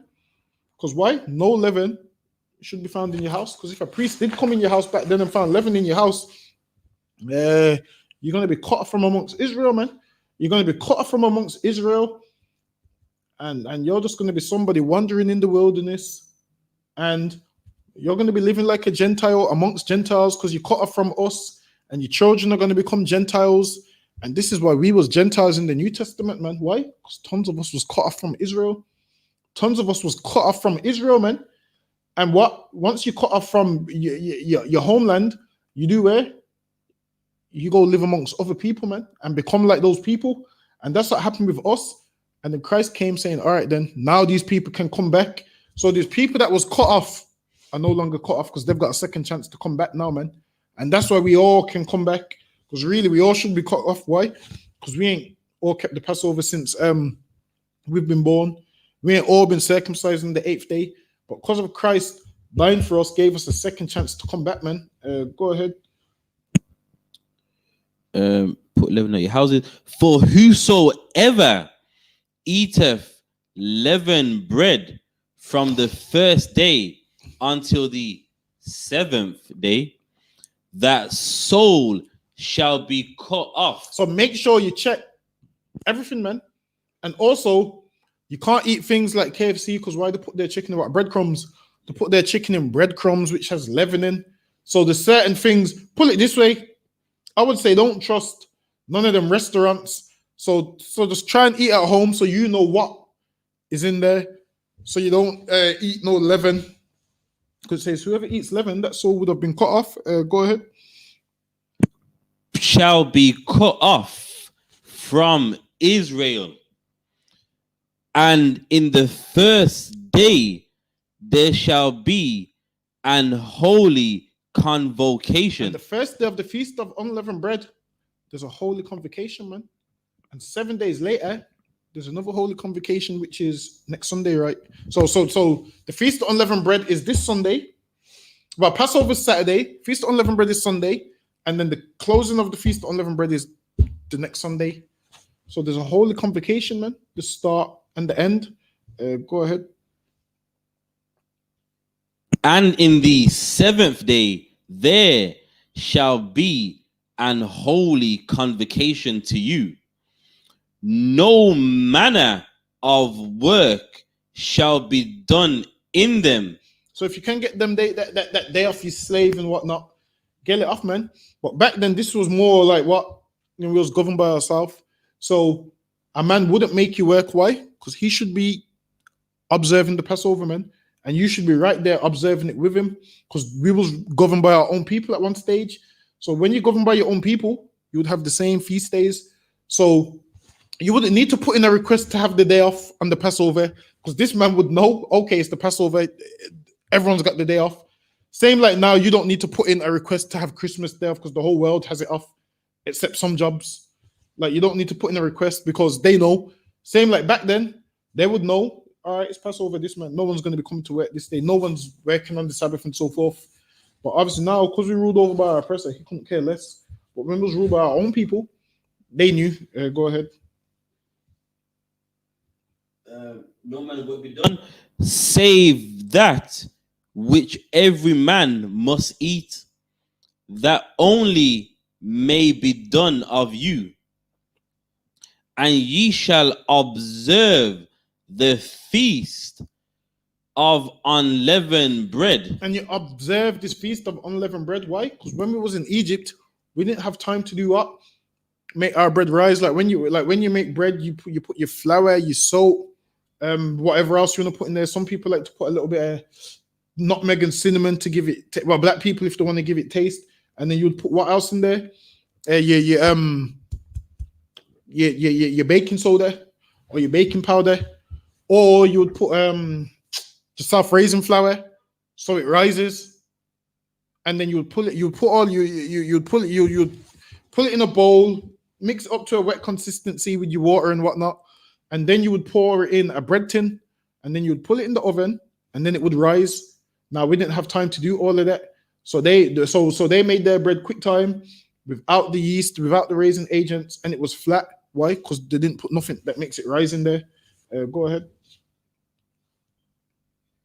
For in this self same day have I brought your armies out of the land of Egypt.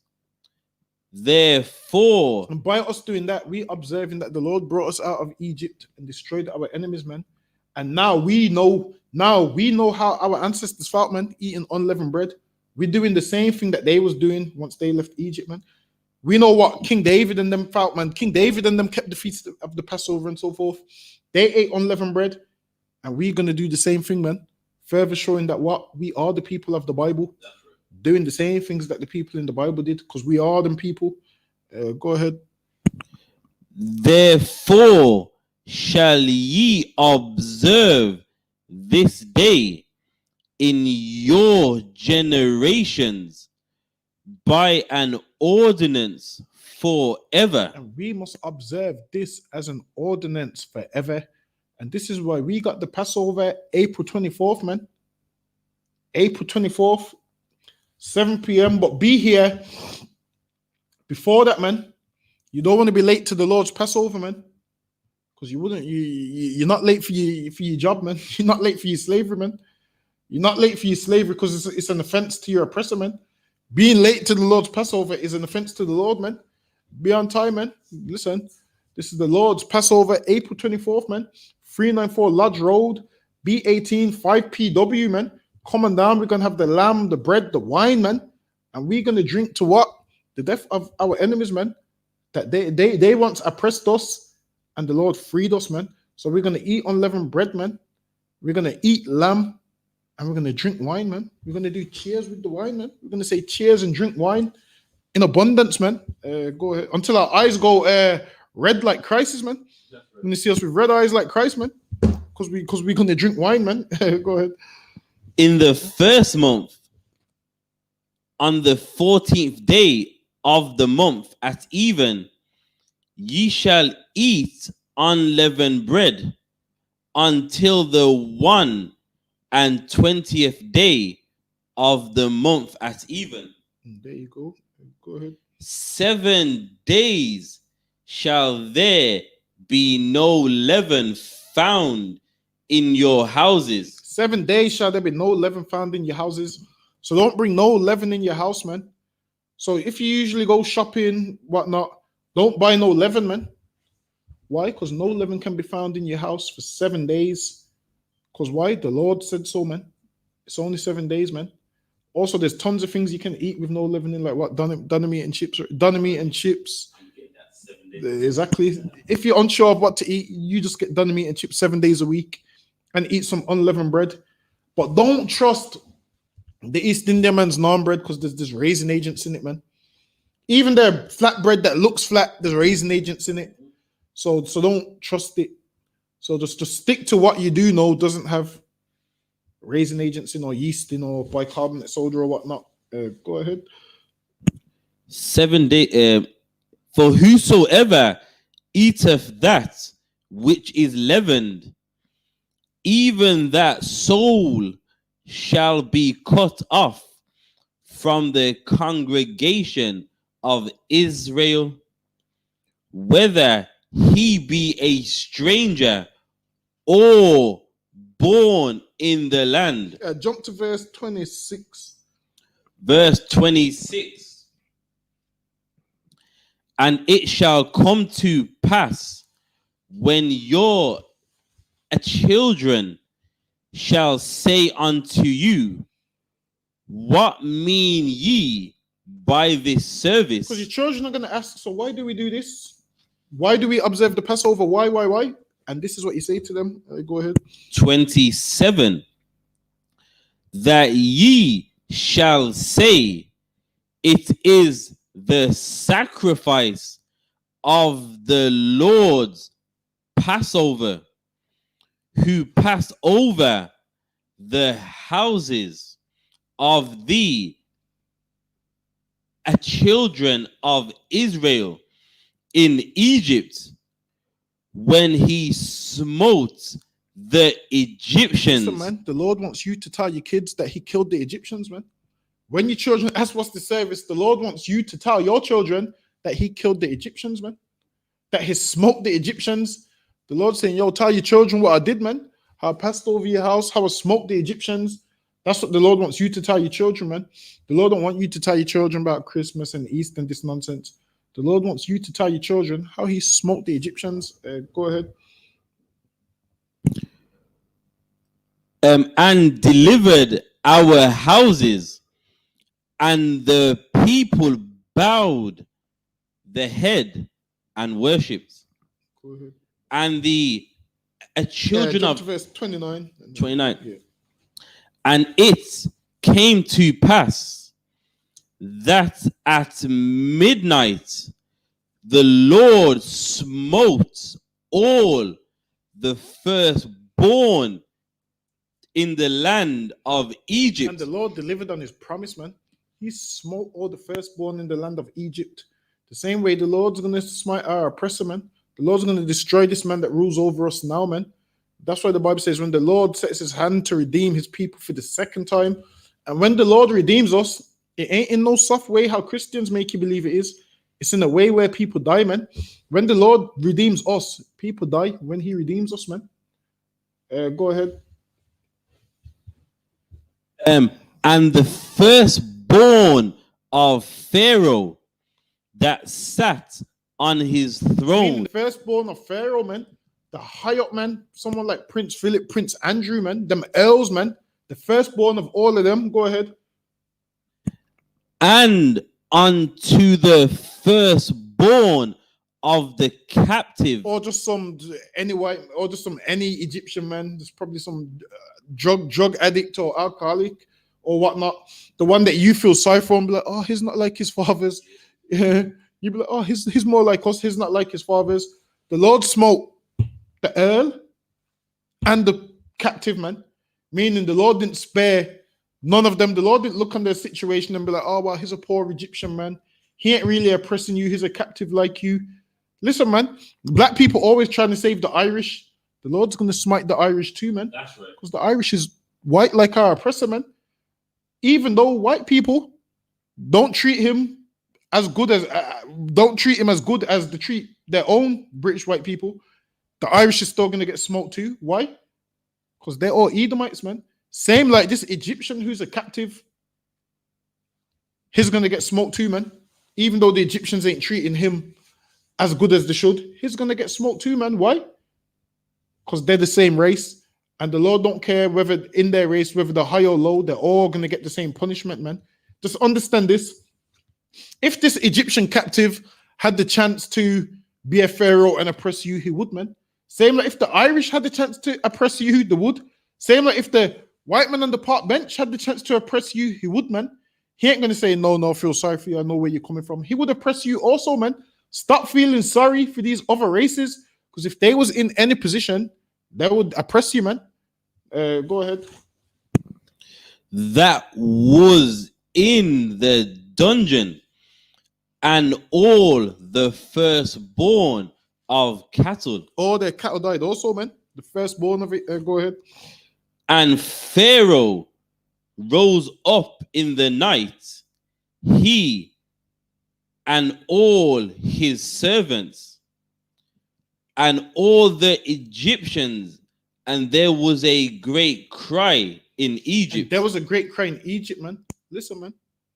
They know what it feels like. They finally found out what it feels like to cry, man. They found out they found out what it feels like to hurt, man. They found out what agony and depression feels like. Meanwhile, when we cried to Pharaoh that he didn't give us straw, man, he told us go do some work, go about our business, man. Now the Egyptians, the Lord made them cry, man. The Lord made them cry. The Lord made them depressed, put them in agony. Now they know half of how we felt, man.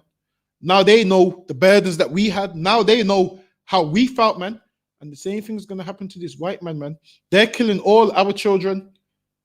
The time's coming when the Lord's going to take theirs, man. And they're going to know what it's like to cry. They're going to know what it's like to have no might and no power and no strength. They're going to know what it's like to not be able to do anything about it but cry. Because all we can do right now is cry, man. because we don't see no way. We got no strength, no power, no might. And the Lord broke the Egyptians in half, man, to where they had no strength, no might. All they could do is wake up and cry, man. They finally know what it felt like. They know what pain and depression felt like. Is there anyone that? Yeah. And there was not a house where there was not one dead. And there were in a house where there was not one dead, man. And this is why April 24th, we're going to be celebrating the Passover, man. Why? Because all them Egyptians dropped dead, man. The firstborn of them dropped dead. And we're going to drink wine and eat lamb and have unleavened bread, man, at B18 5PW 394 Lodge Road this Saturday. That brings us to the end of the class. We're going to do the salute and we out of here. Right, with that, we're going to go into give the teacher one courtesy salute. Men of Israel, Imadim Shabbat, Imadim Barak, Yahweh Ba'Shem, Yahweh Shai Barak Atar, Yahweh Ba'Shem, Yahweh Shai Barak Atar. Yad Yamatah, class dismissed.